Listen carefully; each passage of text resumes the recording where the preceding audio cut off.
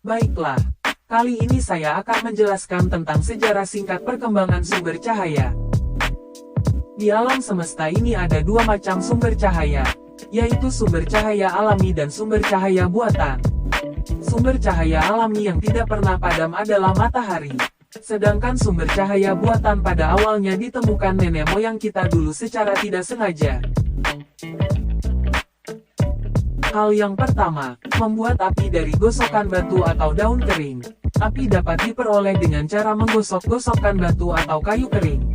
Bakaran kayu kering, fosil, rumput, bulu binatang kemungkinan bisa dikatakan sebagai sumber cahaya buatan manusia yang pertama. Selanjutnya, penerangan menggunakan api unggun. Pembakaran kayu dapat menimbulkan cahaya namun sebagai bentuk penerangan sangat terbatas dan berbahaya karena sulit diatur. Menurut catatan sejarah dari hasil penggalian situs kuno di Peking, China, sejak 400.000 tahun yang lalu api telah dinyalakan manusia di gua-gua huniannya. Setelah itu, barulah penerangan menggunakan lilin. Pada abad 4M ditemukan lilin yang digunakan sebagai pencahayaan. Lilin pada awalnya terbuat dari bahan yang dihasilkan oleh lebah madu atau dari sejenis minyak kental.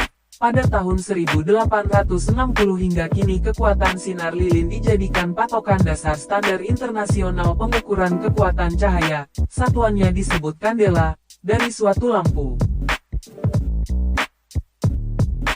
Selanjutnya, penerangan menggunakan lampu minyak. Dengan berkembangnya ilmu pengetahuan yang lebih baik mengenai proses pembaharuan dan ditemukannya bahan bakar minyak dari perut bumi, sejak mulai abad ke-18 penggunaan lampu minyak mulai berkembang pesat. Lampu minyak dengan bahan bakar minyak korosin dapat digunakan sebagai sumber cahaya secara aman, tidak mudah meledak, dan murah. Sehingga lampu-lampu lilin tidak terpakai lagi, kecuali untuk dekorasi atau kepentingan khusus. Karena semakin berkembangnya manusia, selanjutnya, penerangan menggunakan gas. Seorang ilmuwan dari Inggris bernama William Murdoch pada tahun 1820 berhasil membuat sumber cahaya dari gas. Lampu gas ini cukup baik untuk penerangan. Namun karena mengeluarkan aroma yang kurang sedap sering mengganggu kesehatan.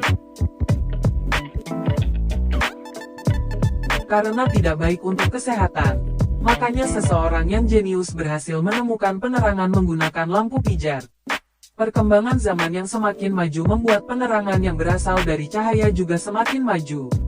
Edison dikenal sebagai penemu yang memberikan kontribusi besar dalam sejarah peradaban manusia, yakni menemukan lampu pijar atau lampu bohlam. Ia juga mampu mengenalkan lampu pijar kepada masyarakat.